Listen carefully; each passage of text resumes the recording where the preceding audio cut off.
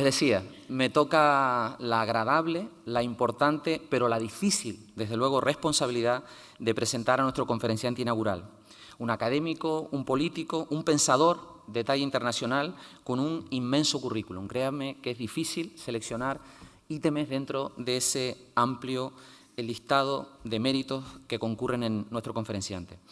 Josep Borrell es ingeniero aeronáutico por la Universidad Politécnica de Madrid y licenciado en Ciencias Económicas por la Universidad Complutense, con másteres en Matemáticas Aplicadas por la Universidad de Stanford y en Economía y Tecnología del Petróleo por el Instituto Francés del Petróleo.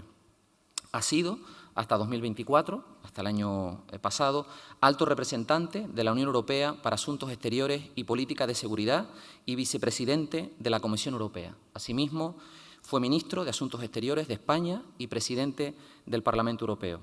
Previamente, desempeñó diversos altos cargos durante los gobiernos de Felipe González, a partir del año 1982, destacando el de secretario de Estado de Hacienda entre 1984 y 1991, año este último en el que asume el Ministerio de Obras Públicas, Transporte y Medio Ambiente. En la actualidad, Josep Borrell es Distinguished Fellow en el Real Instituto Elcano y yo destacaría de él, permítanme que lo haga, siendo rector de una universidad pública, su vertiente académica.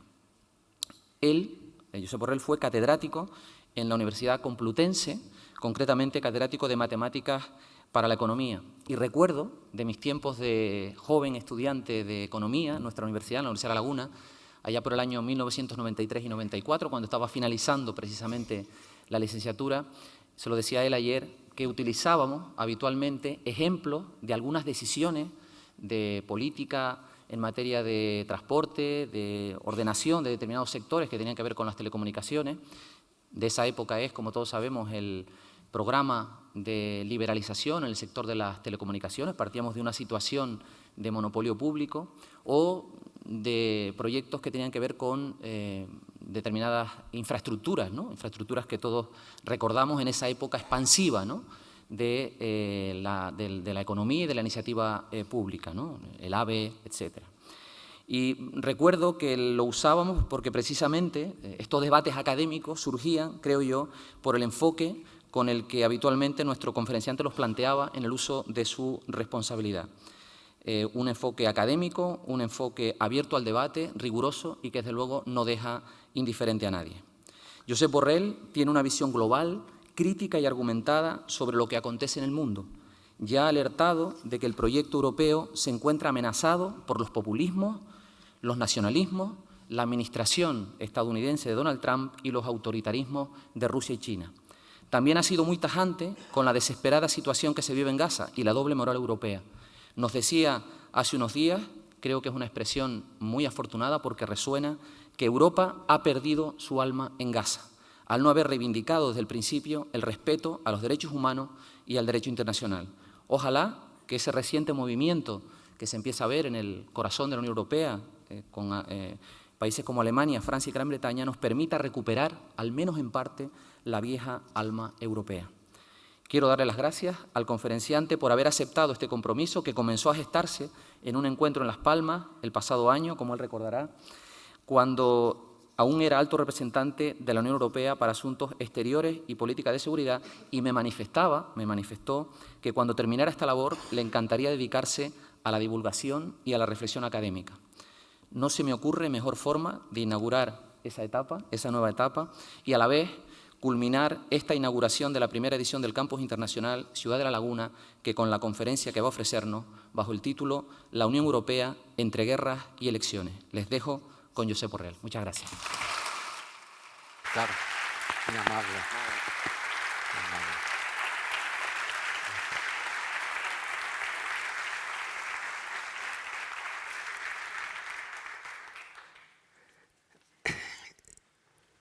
¿El rector se ha ido? Sí.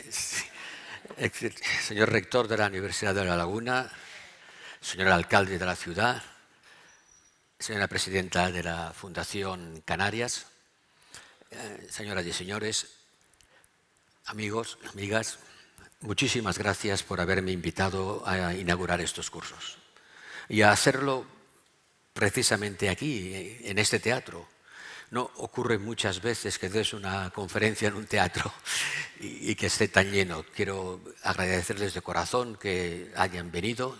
Gracias por su interés, gracias por su presencia y gracias porque este lugar forma parte de mis recuerdos.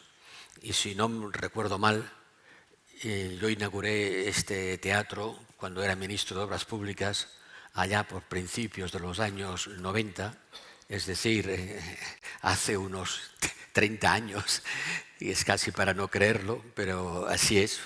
Fue hace casi 30 años, acompañado por la entonces directora general de la Vivienda y hoy mi esposa, doña Cristina Narbona, que diseñó un plan para que tantos teatros había en España que habían quedado abandonados en sus funciones de desarrollo cultural, y un programa desde el Ministerio permitió volverlos a poner en funcionamiento como ahora está este aquí.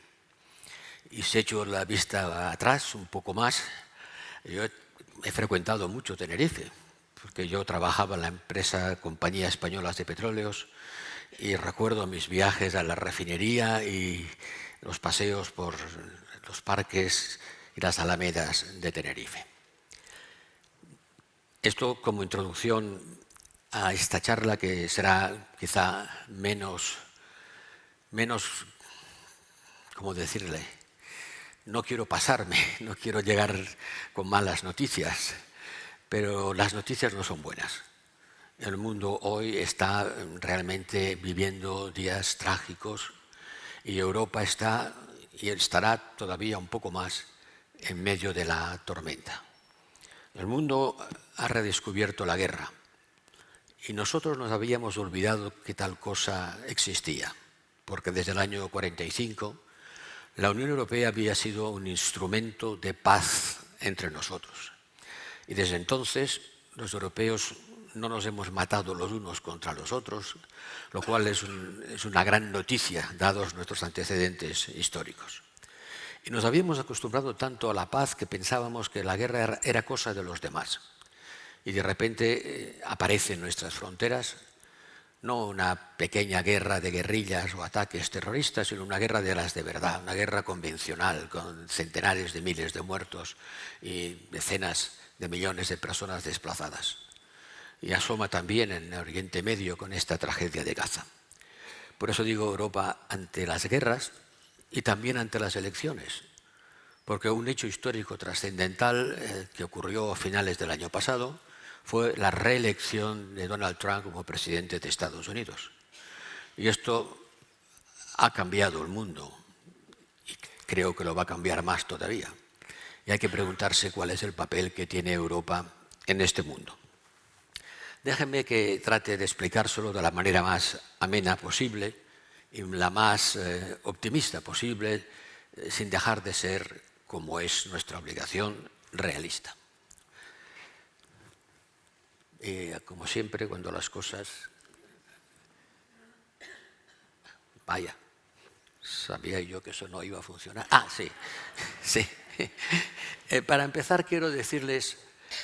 Hablamos mucho si el mundo es un mundo multilateral o quiénes son los polos del mundo. Recuerden que durante la Guerra Fría había dos grandes polos, Estados Unidos y la Unión Soviética. Después la Unión Soviética se cayó y solo quedó un polo en el mundo, en los Estados Unidos, la Pax Americana.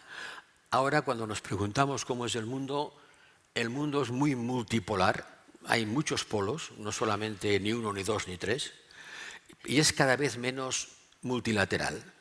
Multilateral quiere decir que varios agentes se juntan juntos para decidir. El mundo no tiene hoy instituciones que permitan que los polos actúen de común acuerdo en pos de la estabilidad del mundo. Pero para simplificarlo, quiero recordarles el enorme empujón de China. China es uno de los dos polos. En realidad decimos que hay muchos, solo hay dos. China, que representa hoy el 30% del Producto Industrial Mundial. El 30% de todos los productos que utilizamos se ha fabricado en China. Y eso señala la enorme importancia que tiene este país, ¿no? Miren, el 30% del Producto Industrial Mundial es chino. Estados Unidos del 16, solo el 16. El resto se lo reparten los demás. Y el otro polo son los Estados Unidos, que es un polo financiero. El dólar domina los mercados financieros internacionales y las reservas de cambio de los bancos centrales. No es un polo industrial, pero sí que es un polo financiero, porque el 60% de las reservas mundiales están en dólares. Si tuviera que acabar aquí la conferencia, diría, quédense con esto. El mundo tiene dos grandes polos, un polo industrial y un polo financiero. Digo elecciones porque, como saben, las guerras están claras. Rusia invadiendo Ucrania, el Oriente Medio, en Gaza, en el Líbano.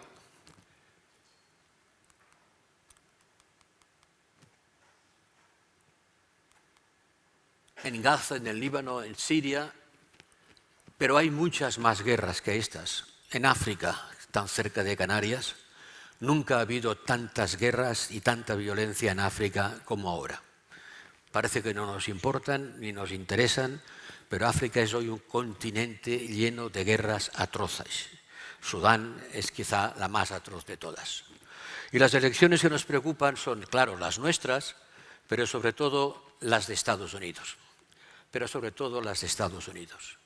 Y en medio de esta bipolaridad, China y Europa, ¿dónde está? Entre China y Estados Unidos, ¿dónde está Europa? Europa se enfrenta primero a la gran tragedia de Gaza y lo que está ocurriendo en los territorios ocupados del West Bank o de Transjordania, que Israel ya les llama claramente Judea y Samaria, para señalar que son territorios bíblicos, históricos, que les pertenecen. En Gaza hay 2,5 millones de personas, en el West Bank hay más de 5. Lo que está ocurriendo en Gaza es la respuesta a un horror, el ataque terrorista de Hamas, que mató a 1.200 personas, pero un horror no justifica otro horror. Y ese es todavía más grande. Si los horrores se pudieran medir, si los medimos en términos de muertos, es todavía más grande, porque ya vamos por 60.000 víctimas, de las cuales 2/3 partes son mujeres y niños. Pronto tendremos 65.000, de ellas, como digo, 2/3 son mujeres y niños, y el hambre se está utilizando como un arma de guerra, lo cual está tipificado como un crimen en el derecho internacional humanitario. Lo han visto todos, las fotografías de estos días. Pero hay cosas que no las vemos y que no se pueden resumir en una fotografía. Es una de las cosas más horribles que le ha pasado al mundo. Es el infierno en tierra que afecta a 2,5 millones de personas a 500 kilómetros de la frontera europea.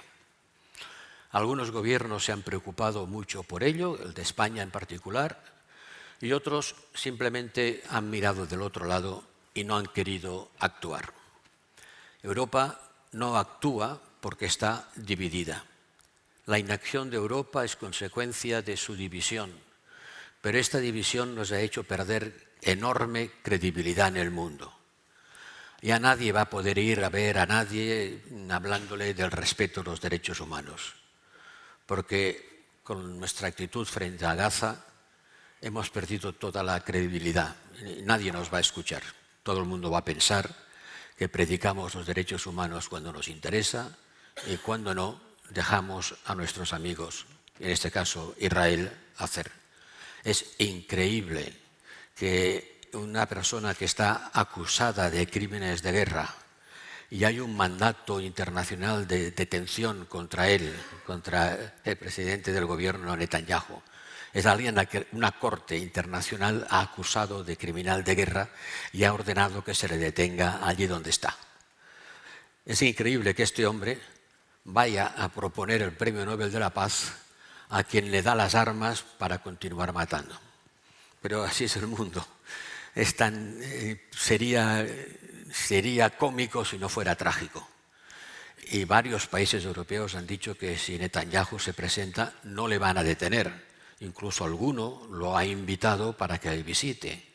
Y eso significa que la Unión Europea no respeta el derecho internacional, no respeta la Corte Penal Internacional que creamos que fuimos los grandes creadores y que es de los pocos organismos que todavía podemos asegurar que se preocupan por el crimen, sí, porque estamos hablando de crímenes a escala supranacional.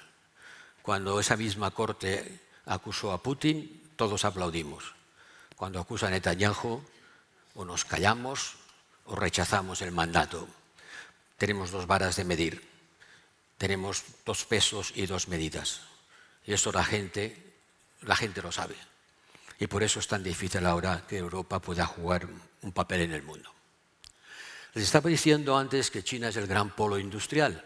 Miren, la línea roja es el crecimiento de China. Vaya, está claro que no lo sé hacer.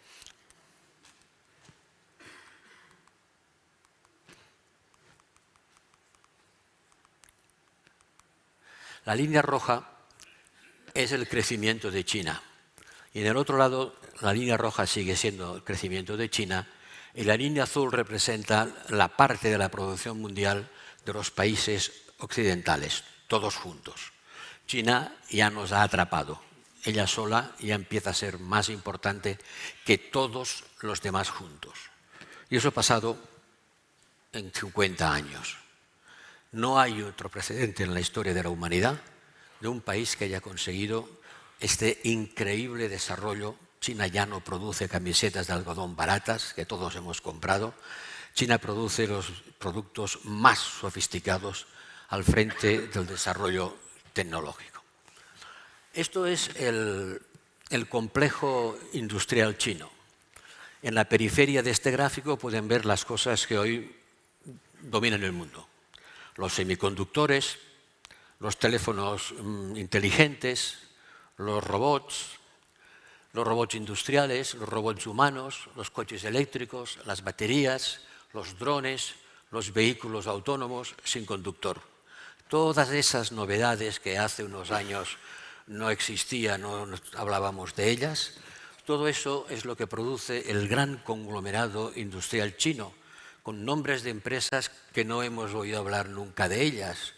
Hace 40 años no existía ninguna de esas. Sí, quizá hemos oído hablar de BYD, de quien fabrica coches eléctricos, y de Huawei, que fabrica aparatos de telecomunicación, pero de todas estas, que son empresas gigantescas, mucho mayores que ninguna empresa europea, no hemos oído hablar y sin embargo existen y son los campeones de este desarrollo en semiconductores, en teléfonos inteligentes, en robots humanos, en robots industriales, en coches eléctricos, en baterías, en drones, en vehículos autónomos.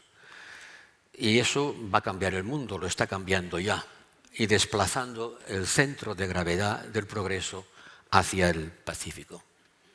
Los europeos hemos hecho la historia. Y la historia pasó por aquí, cuando los descubridores iban hacia América o hacia África. Y nuestros imperios escribieron la historia del mundo. Y tuvimos imperios coloniales, el nuestro desapareció pronto, los de Francia y el Reino Unido continuaron después. Pero hoy ya no somos los que hacemos la historia. Hoy la historia la hacen los demás. Y nosotros importamos historia. Habíamos sido los grandes agentes de la historia mundial y ahora sufrimos las consecuencias de las acciones de los demás. La historia la escriben hoy los soldados rusos cuando invadieron Ucrania. La historia se escribe hoy con las hambrunas en Gaza. La historia se escribe hoy con el enfrentamiento tecnológico y político entre China y Estados Unidos. Estos son los vectores que construirán la historia de hoy y de mañana. Y la gran pregunta es, ¿dónde está Europa aquí? Estas son las oleadas del desarrollo tecnológico. Las dos primeras, el acero y la máquina de vapor, fueron británicas. Luego fueron más europeas, pero inicialmente fueron británicas. La segunda oleada, la electricidad, los productos químicos, el petróleo, la electrónica y la aviación, la protagonizaron los Estados Unidos. Y la última oleada, la que ahora estamos viendo, la oleada de los productos inteligentes y el uso masivo de los aparatos digitales, esta la está protagonizando China. la última oleada tecnológica ya no es ni Estados Unidos ni el Reino Unido, ya es China. ¿Y cómo podemos dividir el mundo de hoy?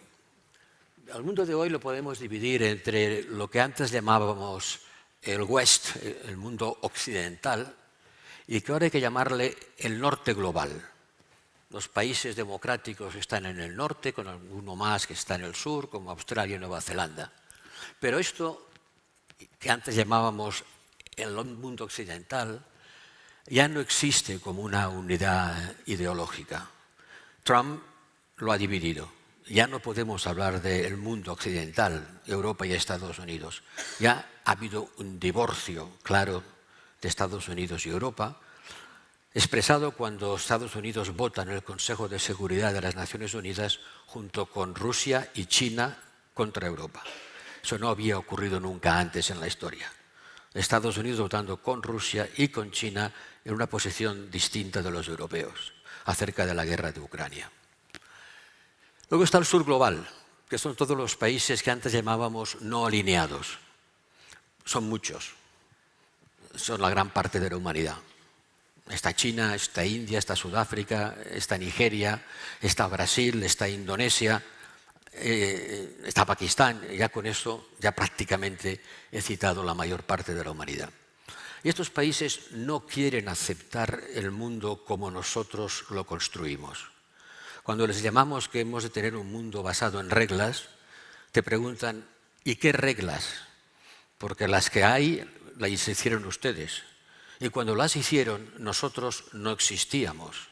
Todavía éramos colonias o éramos insignificantes, como China, que salía de la Guerra Mundial destruida. Ese mundo lo diseñaron ustedes y a nosotros no nos gusta. Queremos nuestra parte de poder. Queremos ser también agentes. En la realidad lo somos, pero no se nos reconoce políticamente. Se reunieron hace poco en Brasil y crearon un banco para ellos y están dispuestos a sustituir al dólar como moneda de referencia. Y ese es uno de los grandes combates mundiales. Y luego está el este global, los países que están a nuestro este, que serían los países autoritarios. Rusia, China, Irán, Corea del Norte. Están unidos entre ellos por lazos, por alianzas. En Ucrania hay soldados coreanos y Rusia puede continuar la guerra gracias al apoyo que le dan Corea, China e Irán. Irán ahora ya no va a poder, pero China, sin darle armas, solamente con el apoyo económico y financiero, y Corea dándole armas abiertamente, son los que mantienen la guerra en Ucrania. Nosotros estamos en el norte global, pero ese norte, como les digo, ha sufrido un divorcio casi irremediable y el acuerdo de ayer por la tarde sobre asuntos comerciales entre Europa y Estados Unidos creo que también consagra este divorcio. Nosotros, los europeos, estamos enfrentando al menos a 3 choques, 3 embestidas. La primera es la de Putin, con su guerra en Ucrania, y el cambio radical en el suministro energético que hemos tenido que aceptar. No más gas ruso. Antes de la guerra importábamos el 40% de nuestro consumo de gas de Rusia. Putin ha roto las cartas, no tiene prisa, va a continuar la guerra, no quiere un trozo de Ucrania, quiere un cambio de régimen. Quiere que en Kiev no esté Zelensky, sino una persona como la que tiene en Bielorrusia. No quiere un trocito de Ucrania. Los que dicen que es un problema de reparto territorial se equivocan. Putin quiere un cambio radical en la posición política de Ucrania y alejarla de Occidente. Y el otro es Trump. Déjenme que les diga, los dos son iguales. Los dos son 2 imperialistas al estilo del siglo XIX. Los dos quieren una expansión territorial. Putin a punta de bayoneta. Y Trump diciéndonos que quiere Groenlandia, Panamá, Canadá. Eso es un lenguaje absolutamente imperialista, expansionista en lo territorial y en lo ideológico. Ha sacudido al mundo con sus políticas comerciales que, por desgracia, está consiguiendo imponer. Y la suerte de Ucrania depende de él. Depende de él, porque si Estados Unidos deja de suministrar armas a Ucrania, o nosotros tomamos el lugar de Estados Unidos y va a ser difícil, o Ucrania no puede seguir defendiéndose. Está desbaratando el orden mundial al estilo del matón de barrio que dice o es esto o te vas a enterar. Y ayer tuvimos que aceptar un acuerdo comercial que nos coloca en una posición muy subordinada. Y el tercer choque no tiene nombre de persona. Es lo que se llama la desoccidentalización del mundo. El mundo está dejando de ser un mundo occidental. Como decía antes, nosotros construimos la historia y ahora importamos historia. Nosotros creíamos que el mundo era nuestra imagen y semejanza y creíamos que ese mundo estaba dominado por el occidente y ya no lo está.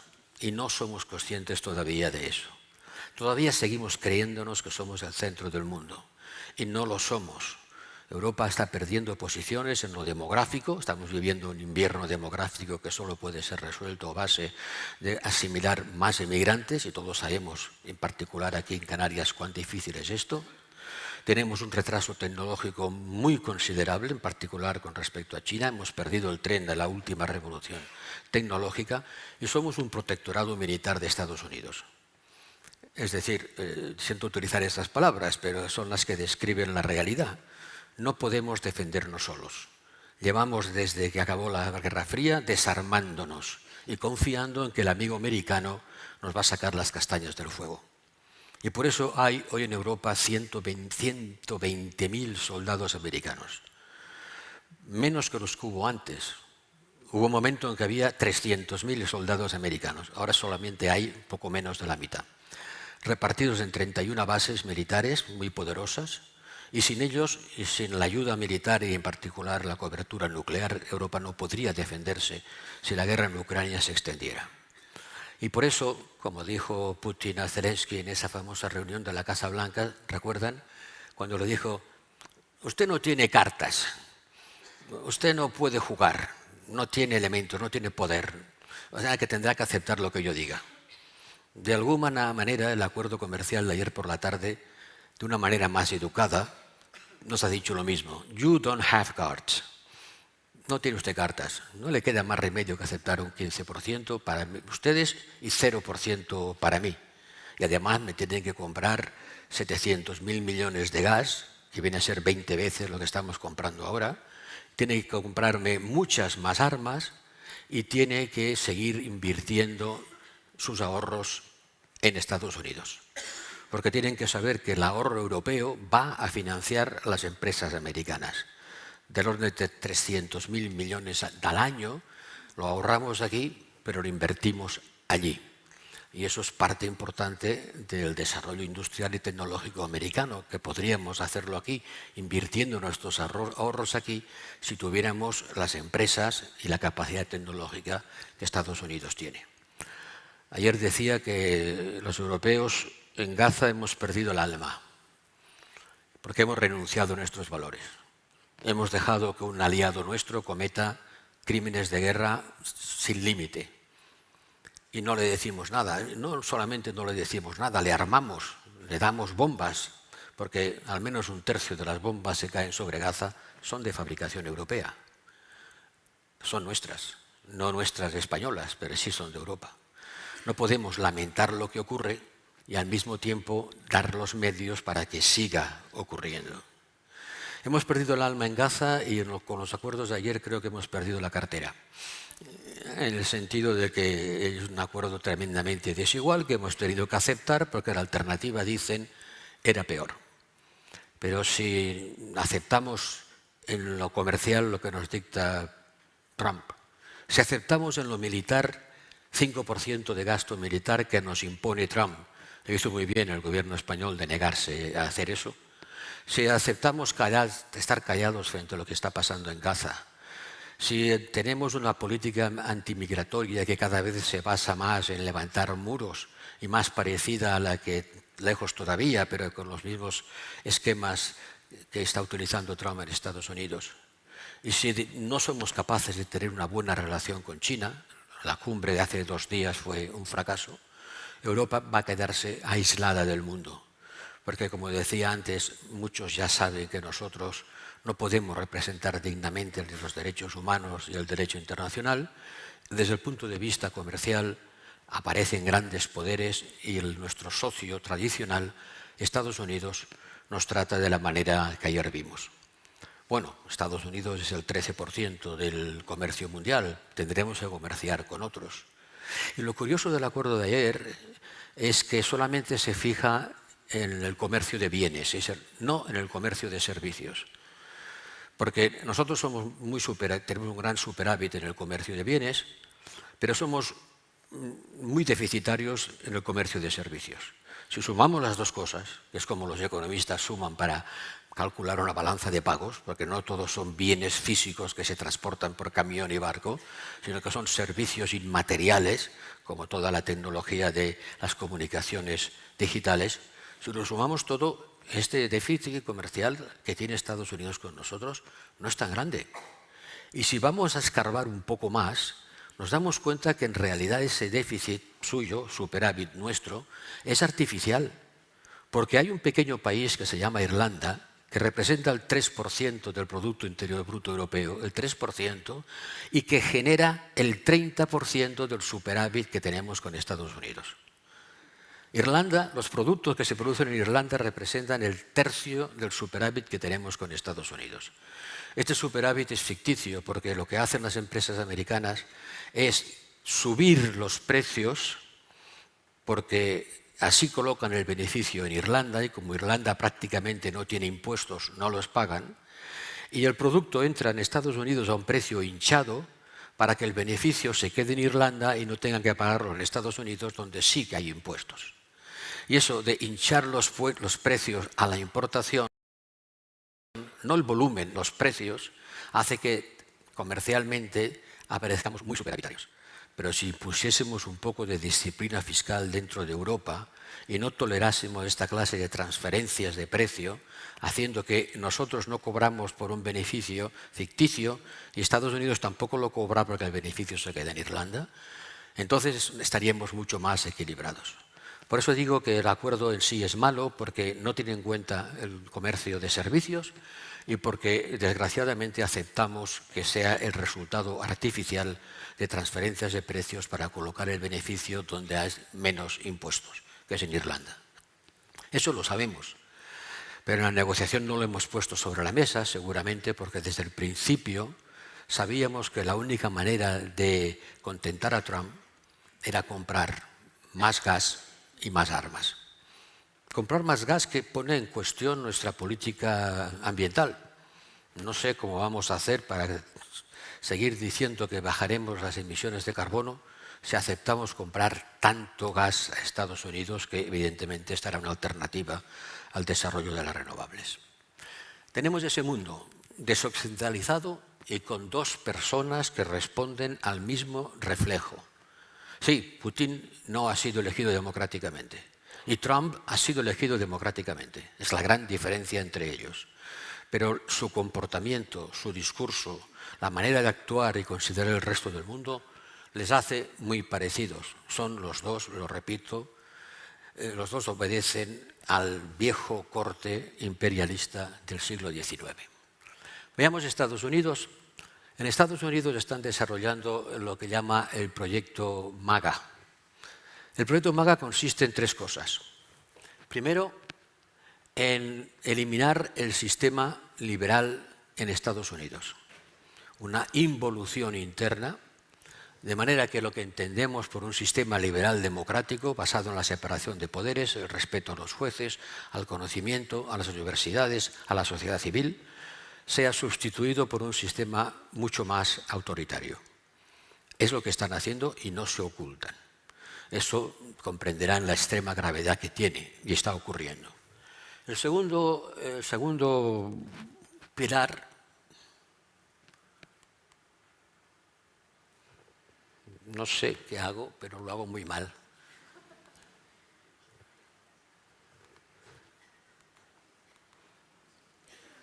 Bueno, ahora lo hago peor.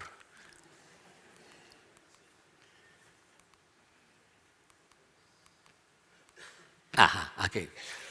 El segundo pilar del proyecto MAGA es establecer alianzas transaccionales con regímenes autoritarios. Pactar con Rusia. Ya le ha dicho que ella no es la responsable de la invasión, que la responsable de la guerra es Zelensky, así, con estas palabras. Pactar con Rusia, pactar con China si conviene, pactar con Irán y si no lo bombardeo, hacer alianzas con regímenes iliberales. En Europa, ¿quién es el gran amigo de Trump? Hungría, el mismo que es el gran amigo de China. Y el tercero es construir una fortaleza inexpulsable en Estados Unidos. Una fortaleza que rodea a Estados Unidos por el sur, por el este, por el norte. Por eso dice que tiene que ocupar Groenlandia, invita a Canadá a que sea un Estado de la Unión, quiere el Canal de Panamá y menos mal que no le ha dado por las Canarias. Pero esto es lo que pretende, ¿no? Y eso es un elemento de distorsión porque hasta ahora nadie había expresado en el mundo occidental la voluntad de ocupar territorios de otros países.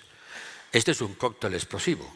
Internamente, destruir el sistema liberal, externamente, pactar con regímenes autoritarios y globalmente construir un nuevo Estados Unidos que se erija en una fortaleza con una especie de murallas externas que van desde el Caribe hasta el Ártico.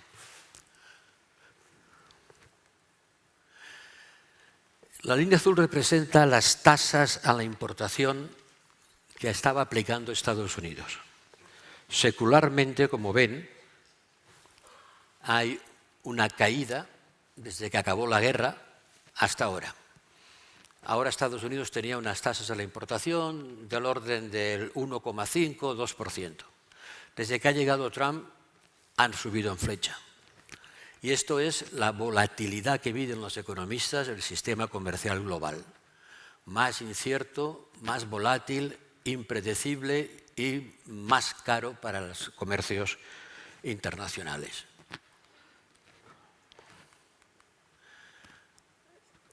Otra pregunta que se hacen los expertos es si Trump quiere un dólar fuerte o quiere un dólar débil.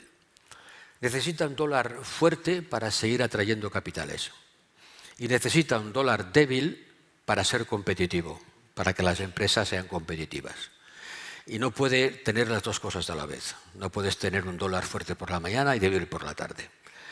Y en la pugna por saber qué clase de tipo de cambio quiere del dólar, parece que está ganando la tesis del dólar débil. Y de hecho, el tipo de cambio del dólar ya ha cambiado muchísimo, estaba por debajo de 1 y está ya en 1,2, 1,3 y caerá seguramente hasta 1,4, que es lo que necesita Trump para hacer más competitivas sus exportaciones. Necesita atraer capitales y para eso hace falta un dólar, una moneda de reserva fuerte que la gente no crea que le va a pasar nada y una moneda débil con un tipo de cambio devaluado para que sus mercancías, y él quiere reindustrializar Estados Unidos, sean baratas para el resto del mundo. Ya solo con la devaluación del dólar, desde que llegó Trump, es el equivalente de una tasa a la importación del orden del 15%. O sea, aparte del 15% que cortamos ayer, súmenle otro 15%, consecuencia de que el euro es ahora 15% más caro que el dólar y, por lo tanto, nuestros productos, cuando entran allí, tienen que competir a un 15% más alto de su valor. La subida del tipo de cambio del dólar está muy claro y eso es lo que parece que Trump está buscando. El mundo ve con miedo cómo el crecimiento se desacelera. El Banco Mundial ya ha bajado sus previsiones. Todo depende del precio del petróleo. De momento está estable, pero si la guerra en Oriente Medio se pone más complicada, subirá. Y de la incertidumbre. Y precisamente para evitar la incertidumbre es por lo que los europeos hemos aceptado este trato tan malo, pero según los negociadores dicen, hubiera sido peor no hacer un pacto y estar sometidos a una permanente duda de qué va a pasar mañana. Y la incertidumbre es el peor enemigo de la inversión. Antes de ese acuerdo comercial, antes de los que se pactó ayer, los europeos ya nos habíamos desarmado en cosas que no son comerciales. Por ejemplo,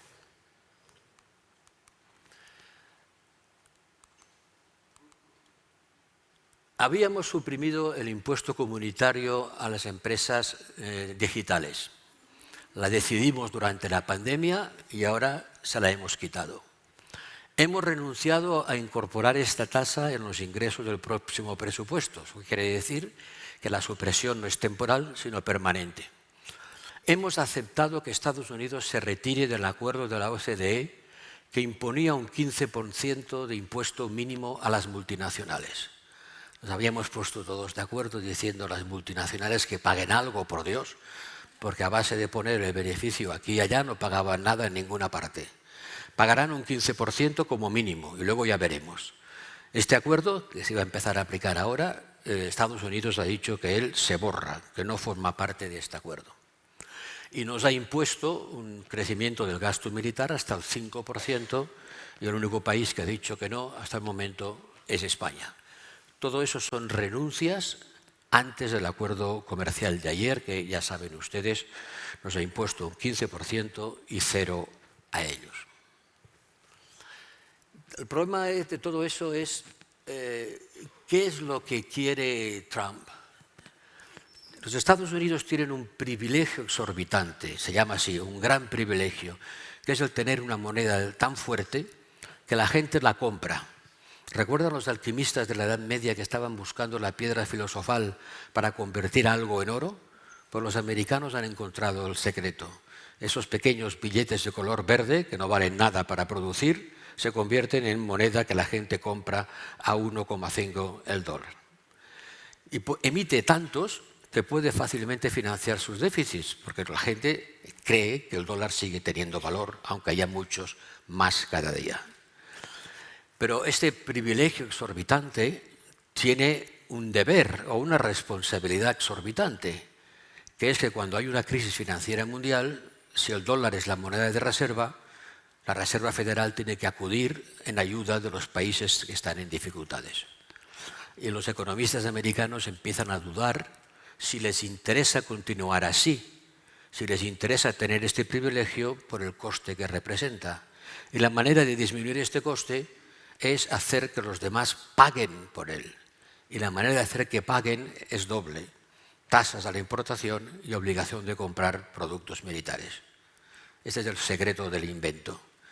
Para tener yo el privilegio que representa tener la moneda de reserva y no soportar sus costes, les traslado los costes haciendo que ustedes tengan que comprar mis productos, que solo produzco yo, productos de alta tecnología militar, y armarse y comprar y así mantener la primacía del dólar. Ese es el secreto que hay detrás de esta política. Su liderazgo empieza a debilitarse. Ya no es el líder del mundo libre. Estados Unidos ya no es el líder del mundo libre, como lo imaginábamos. Lo que está haciendo interiormente no lo soportaríamos en ninguno de nuestros países.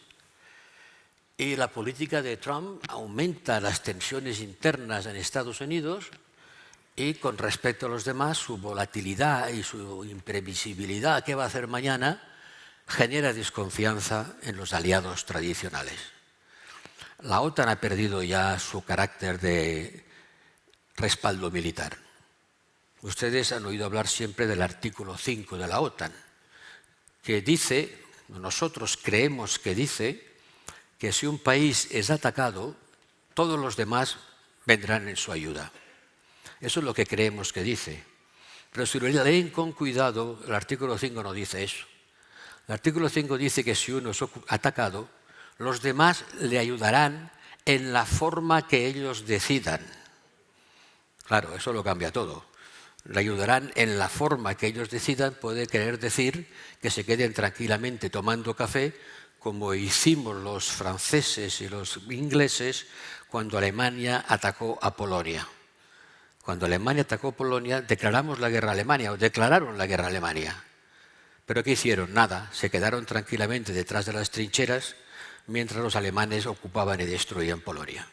Bueno, esta sería una respuesta posible en aplicación del artículo 5 de la OTAN. Y por eso Trump, cuando le preguntan ¿qué haría usted si Rusia atacara a un país de la OTAN?, la respuesta es depende. Depende. Bueno, una alianza militar basada en un depende no es una alianza militar que ofrezca garantías, porque no es que yo te ayudaré, haré lo que considere oportuno hacer. No hay una obligación inmediata de intervenir para ayudar al atacado. Y eso ha debilitado enormemente lo que significa la OTAN en el mundo. El otro gran agente, como les decía, es China. China era un país que tenía una renta per cápita de $300 en el año 89. En el año 89, digamos en el año 90, es decir, hace 35 años, tenía una renta per cápita de $300. Hoy la tiene de $13.000. Es más pequeña que la nuestra. Pero eso hay que compararlo a paridad de poder de compra. ¿Qué compras allí con lo mismo que podrías comprar aquí? Con la misma moneda allí compras más cosas. Pero fíjense en el aumento, de 300 a 13.000 en 40 años.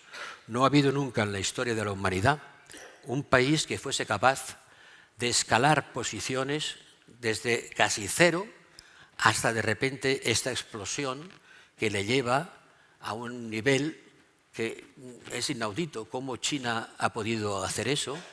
Sobre todo teniendo en cuenta que ya no es un país, como les decía, que produce productos baratos, sino que produce de todo. Tiene con nosotros un superávit, con nosotros le vendemos la mitad de lo que le compramos. Esta es la gran diferencia. Hay 250.000 millones de dólares de déficit con China. Y cuando nuestros líderes van a China y les piden que ese superávit chino tiene que reducirse, fíjense, estamos exactamente en la misma situación que cuando vamos a Estados Unidos y Estados Unidos nos dice que nuestro superávit tiene que reducirse. Pero los déficits comerciales no son intrínsecamente malos. El comercio no tiene que estar equilibrado siempre y para todos. Todos podemos seguir ganando con desequilibrios comerciales, porque uno puede ser más eficiente en unos productos que otros. Pero esa es la posición de dominio que tiene China hoy con respecto a nosotros. Nos vende el doble de lo que nosotros le compramos. Y este gráfico vuelve a explicar lo mismo. Miren el crecimiento de China y el decrecimiento de Alemania. Comparen China con Alemania o con Japón o con Estados Unidos desde el punto de vista de la producción industrial. Eso lo dice casi todo. ¿Va a continuar? Trump quiere subir esta curva. Toda su política pasa por enderezar la caída de su producción industrial. ¿Pero a costa de quién?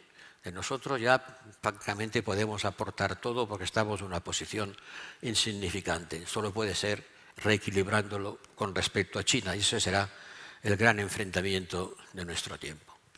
Además, China es la campeón de las energías renovables.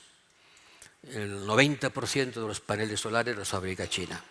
El 90% de los minerales raros que se necesitan para la revolución digital los fabrica China. Para construir un F-35, el avión joya de la corona del ejército americano, hacen falta 500 kilos de materiales raros que solo produce China. ¿Quiere esto decir que China podría parar la máquina militar americana si no les vendiera eso? Pues si no pararla les podría poner mucha arena en los engranajes. Todo eso son las inversiones que hace China en materia de energías renovables en el resto del mundo. No es solamente en China, es en todas partes, también en Europa. El 40% de las inversiones chinas va a Hungría, a un pequeño país que coge el 40% de las inversiones chinas. Por eso he dicho que dentro de la Unión Europea nuestra posición con respecto a China es muy diferente según quién se beneficie de ella y quién no. Pero en todas partes una inversión de casi 170.000 millones de dólares chinos para desarrollar energías renovables en el mundo. Aquí comparo el crecimiento de las energías renovables en China, en India y en Brasil. Pero cuidado, mucho cuidado, porque si se fijan, no lo pueden ver, pero yo se lo explico, la escala no es la misma. La escala va de 0 a 800 y aquí va de 0 a 50. Y por lo tanto, aunque parezca que es lo mismo, no lo es, porque la gráfica de China escala hasta 800, mientras que las gráficas de los demás, que sí están al alza, no llegan todavía a 50. Es el gran campeón de las energías renovables. Y en el mundo, esto trata de explicar qué es lo que vende China desde el punto de vista de energía. ¿Qué vende China? China vende baterías de litio, paneles y módulos solares, coches eléctricos. Todo lo digital se produce en China y va al resto del mundo.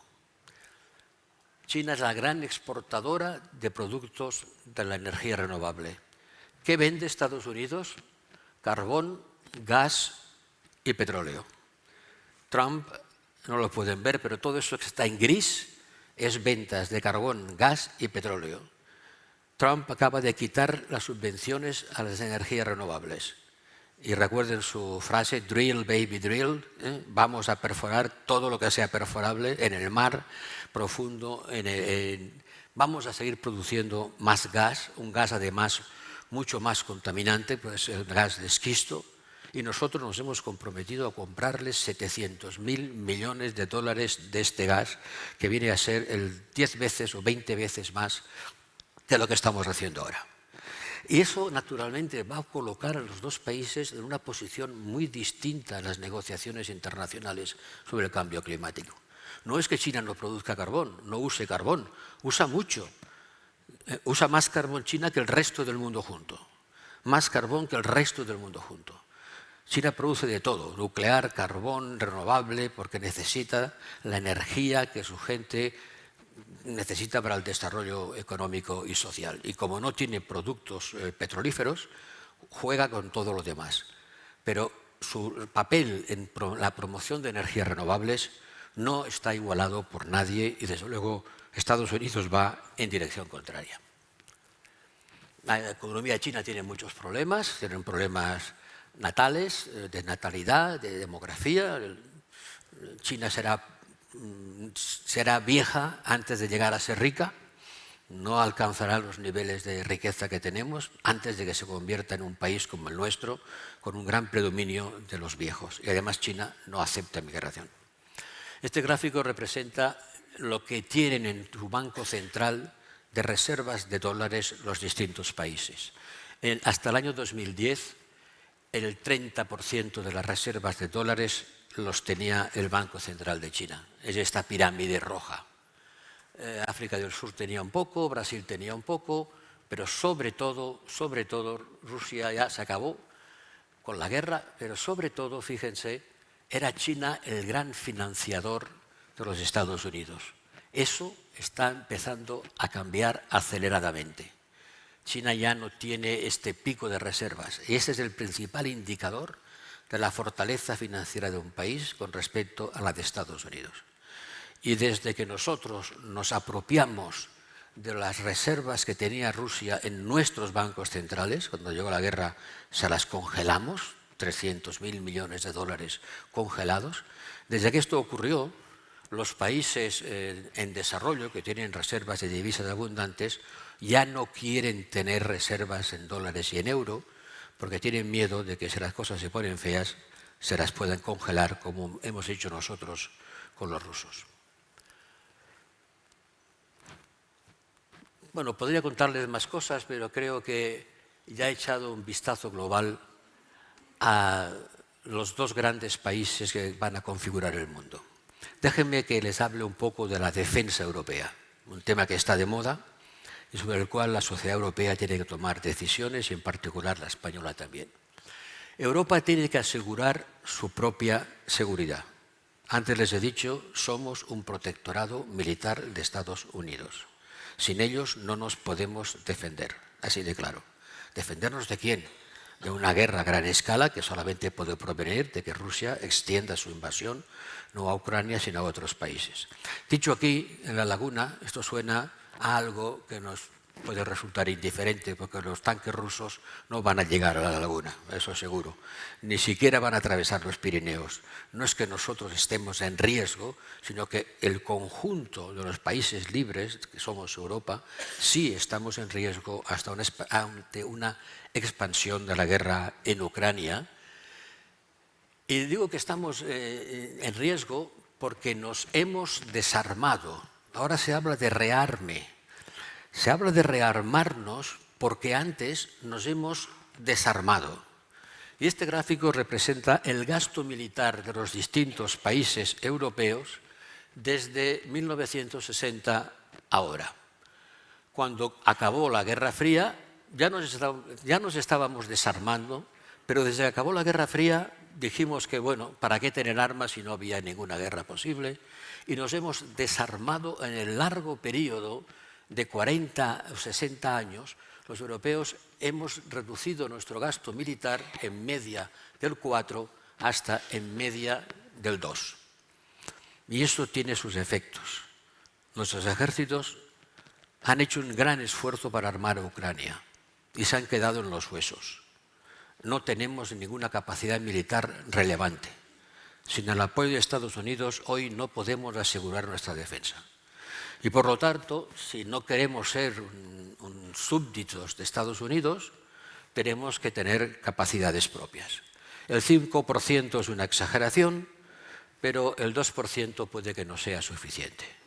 Y aquí tienen, para ilustrar el razonamiento, el gasto militar de distintos países europeos correlados con la distancia a Moscú. Como pueden ver, a medida que aumenta la distancia a Moscú, aumenta el gasto militar. Eso es claro. ¿Por qué? Bueno, porque la amenaza está más lejos y no te la crees. Aquí está España y aquí está Portugal. Y aquí está Estonia y Lituania. Yo creo que está todo dicho, ¿no? O sea, uno siente la amenaza mucho más presente y se prepara para hacerle frente, mientras que el otro no. Esta es la cuestión que, y con esto voy a acabar, que tienen ustedes por delante, que tenemos los europeos por delante. ¿Cómo aseguramos nuestra defensa sin los Estados Unidos? ¿Cómo ayudamos a Ucrania sin los Estados Unidos? Hemos ayudado a Ucrania más que lo que ha hecho Estados Unidos. Que no presuma Trump de que él ayuda mucho, nosotros ayudamos más. La pregunta que tiene que hacerse la sociedad española es qué pasaría si Estados Unidos dejara de apoyar a Ucrania y nosotros tuviésemos que decidir cuánto les apoyamos. Eso no lo vamos a resolver esta mañana aquí, pero les dejo sobre la mesa porque seguro que alimentará la discusión política en los próximos meses. Muchas gracias.